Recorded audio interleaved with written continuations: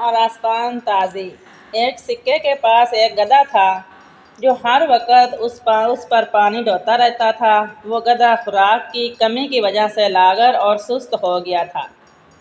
بھاری بوجھ کی وجہ سے اس کی کمر زخمی ہو گئی تھی اور وہ اپنی موت کا خواہاں تھا۔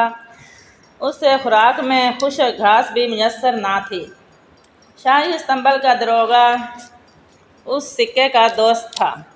اس نے اس سکے سے گدھے کی کمزوری اور کاہلی کا سبب دریافت کیا۔ اس نے بتایا، کام کی زیادتی اور خوراک کی کمی۔ اس داروغہ نے اس سے کہا کہ اس گدھے کو چند دنوں کے لیے شاہی استنبول میں بھجوا دو۔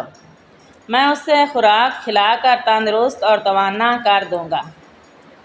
سکے نے ایسے ہی کیا۔ یہ گدھا شاہی استنبول میں آ گیا۔ اس نے ہر جانب عربی نسل کے گھوڑے دیکھے، ساز و سامان، عمدہ خوراک، صاف ستھرا ماحول، گھاس جو بروقت حاضر، گھوڑوں کی مالش اور خارش کا سامان دیکھا۔ اس نے آسمان کی طرف منہ کر کے کہا کہ اے پروردگار، میں بھی تیری مخلوق اور یہ گھوڑے بھی تیری مخلوق، مگر ہم میں اتنا فرق کیوں؟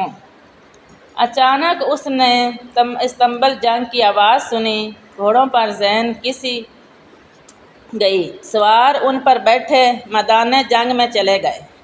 وہاں کچھ تو مارے گئے اور کچھ زخمی حالت میں واپس استنبول میں لائے گئے، جہاں ان کی مرہم پٹی اور تیمارداری ہوتی اور وہ درد سے کراہ تھے۔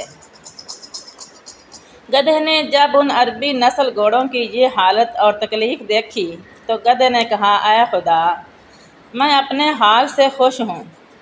میں اس سر و سامانی کو ان زخموں کی تکلیف کی وجہ سے سلام کرتا ہوں۔